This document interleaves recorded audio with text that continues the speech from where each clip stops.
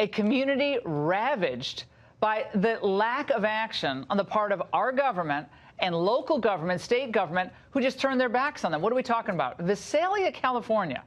It sits between L.A. and San Francisco. And in that town, over the course of 2 harrowing days earlier this week, Gustavo Garcia, he's a man twice removed from this country, went on what authorities call a reign of terror.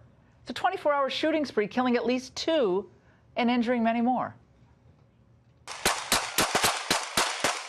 Deputies taking gunfire from this man, 36-year-old Gustavo Garcia. It all went down on Road 140 and Avenue 256 early Monday morning. You can hear the officer reloading his gun as bullets ring out.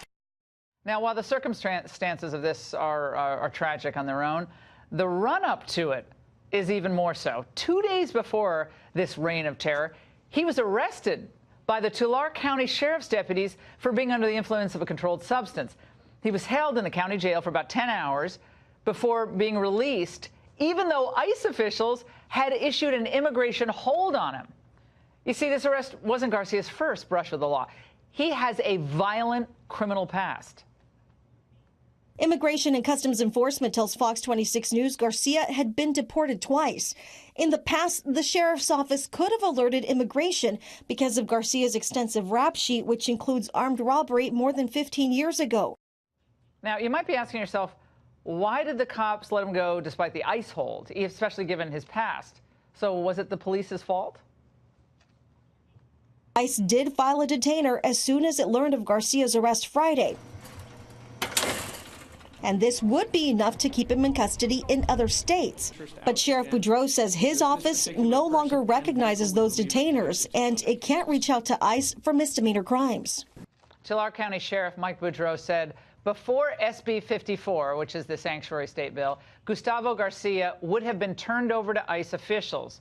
That's how we've always done it. After SB 54, though, we no longer have the power to do that. We should note the Tulare County Board of Supervisors voted to adopt a resolution opposing California's sanctuary state law in May of this year. And even though it's kind of symbolic, it does show a citizenry standing up for common sense. Joining me now is the Tulare County Sheriff Mike Boudreaux. Sheriff, I know our viewers across the country are watching this and they're shaking their heads going, how can this happen in the United States of America, where we emote morning, noon, and night about the tragic circumstances of people who are trying to come into the country? And I get it, they're tragic circumstances. It's tough. But yet the politicians, did you get a call from Pelosi? Did you get a call from from Gavin Newsom? Any other, officials in California concerned about what's happening there? The only phone call that I got was from the ACLU demonizing the actions that we took, which is really unfortunate. Tulare County is how it's pronounced, actually, but in Tulare County, that's fine. We're an agricultural community. We produce multi-billion dollars worth of agriculture that's sent all over the world. And we have a large undocumented community. But we also have a large group of people who don't commit these types of crimes on a daily basis. I think what our focus is on is the criminal element that ends up in my jail, that I no longer have the tools to reach out to ICE, my counterpart, my law enforcement partners, and I'm no longer able to recognize the detainer through the sanctuary state law, as well as the Ninth Court Circuit indicating that the detainers don't meet due process. So because of those two combined efforts, we no longer can telephone ICE and even ask the question, why is this detainer placed, nor can we recognize the detainer itself.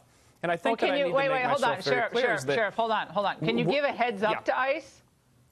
Can you give them a heads up? Can you give them a heads up? Can you call and say, we're about to release this individual, or we have this individual in custody, even if they can't come and interview him or examine him? Is there any notification at all you could give to ICE? We're not allowed to talk to our counterparts under these laws. Where's the conservative lawsuit against this? This is just an outrage. Hold on, I got to play something for you, Sheriff. This was Nancy Pelosi's claim about what sanctuary policies actually accomplish. Watch. Our city of San Francisco is a sanctuary city, and we see it as a place where it makes us safer.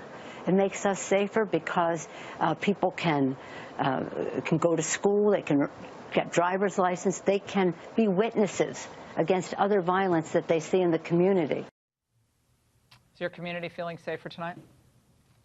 They're not feeling safer. But I will say that we're not against our undocumented community. We're not against immigrants. We're not against Dreamers or DACA. And I think that it needs to be very clear, you know, our community as a whole, even our undocumented community. I sat with a large group of people, and they're not afraid of their law enforcement. They're not even afraid of being deported. So that's a lie, Sheriff. That argument that I hear parroted to me morning, noon, and night every time we deal with one of these sanctuary policy cases. We did this in New Jersey a couple of weeks ago. The advocate that came on said, oh, no, we're not going to have immigrants cooperating with authorities. They're not going to show up and testify in cases. That's just bunk. But this is the parroted line. So you don't see that at all in your community. That's not true. We don't see that. We see our community reaching out to us. What they're afraid of is that the criminal will return to their community because we can't report them to ICE. Yeah, and commit domestic violence, rape, burglary, robbery, other offenses against property and people. Sheriff, thank you for the heads up and for speaking out on what we are going to be following all throughout the next year, because so many people won't do it. We're going to do it.